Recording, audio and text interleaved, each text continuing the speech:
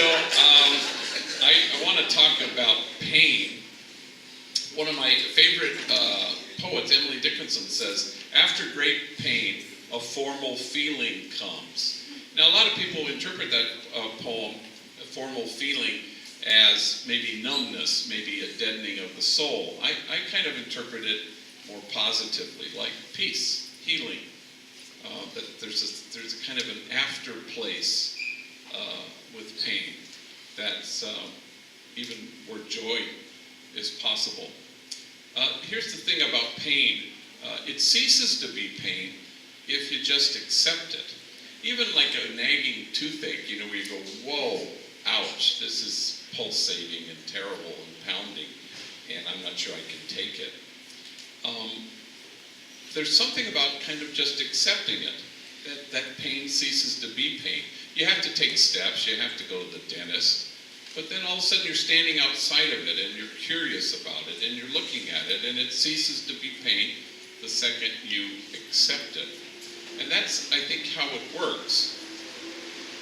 The second you do that and you decide to kind of cradle it in your arms, something happens to it. So Michael Jenkins and I, a couple weeks ago, went to Atlanta, Georgia. So I was going to go by myself initially because I was going to direct a retreat on a weekend at a retreat house there. And then I discovered that Michael has a sister there. I said, why don't you come with me?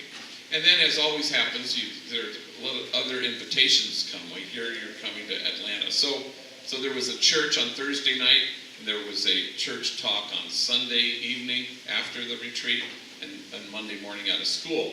So Michael was able to help me with those three events. So the first event out of church, there had been a thunderstorm and lightning and rain and wind. By the time we got to the church, there was a blackout, there was a power outage, and so trees had toppled lines, and they were going to light candles and have me shout at everybody. But then they said, we got to cancel this thing. So the organizer of the event said, hey, we're all going to my house. So we followed him over to his house, and they packed his house with, I don't know how many people, but every inch was taken.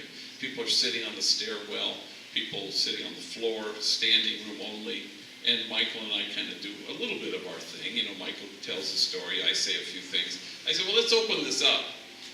And people asked really good questions. There was something about how intimate this was, and people were really asking good questions, and Michael answered them magnificently. Then a woman sort of behind me on a stairwell, I couldn't see her, but I could hear her. She says, I just want to say something. Years ago, I made a pilgrimage to Homeboy Industries from Georgia. I had to go to Homeboy Industries. It was shortly after our headquarters had opened. And she said, I was terrified about going there, but I had to go there. And I walked through the doors, and I was even more terrified when I walked in because I saw all these large gang members with tattoos, and I was so afraid. But I had to walk through those doors. And what happened was so unexpected, even though I walked right into my fears, was I was welcomed. And these gang members, who I was most afraid of, saw who I was and paid loving attention to me. And they held me in this tenderness and kindness that changed my life forever. And I had to go to Homeboy Industries because a couple years before that, I had been raped by gang members. Now, the minute she says this, the whole room is filled with a hush and a stillness, the likes of which I've never really seen before.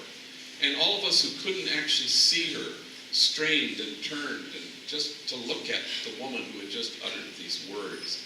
And what we expected to happen, I suppose, was that the unleashing of these words to this group of people would somehow trigger a reservoir of emotion. And it didn't. It was what you might call formal feeling. It was peace. It was joy even. It was happiness.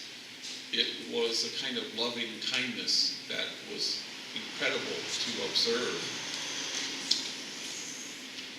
And I knew I spoke for everybody as the evening ended. I said, I'm glad that the power went off at the church because the power was in this room tonight, largely because of this woman. And here's the thing.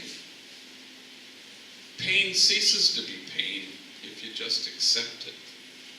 If you cradle it in the arms of your own loving kindness,